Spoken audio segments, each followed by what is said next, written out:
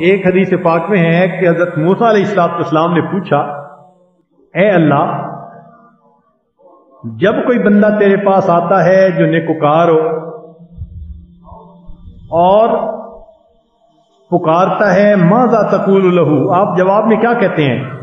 قال اقول لبیک۔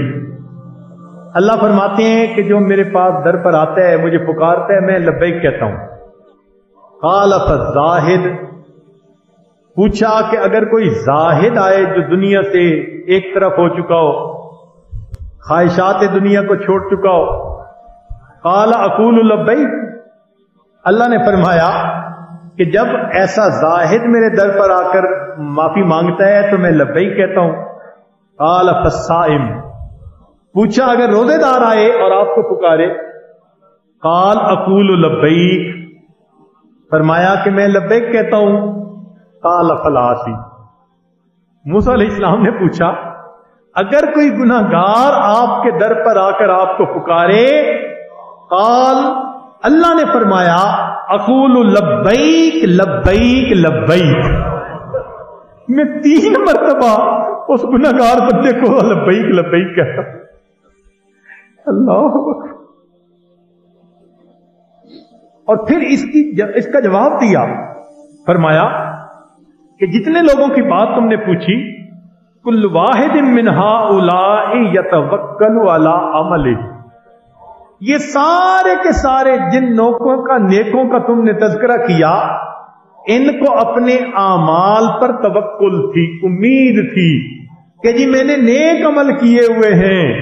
کسی کے پاس زہد تھا، کسی کے پاس صبر تھا، کسی کے پاس روزہ تھا۔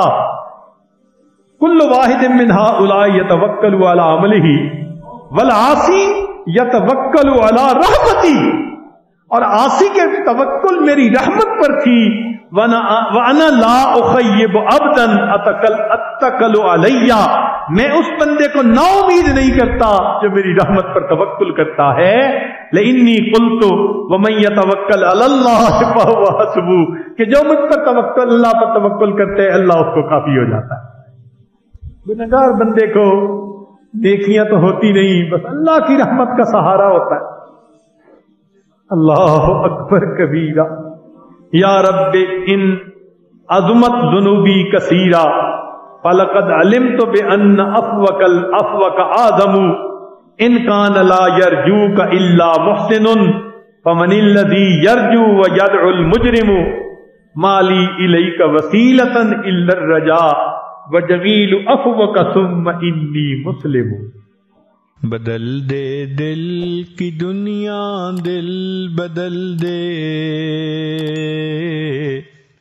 میرا غفلت میں ڈوبا دل بدل دے۔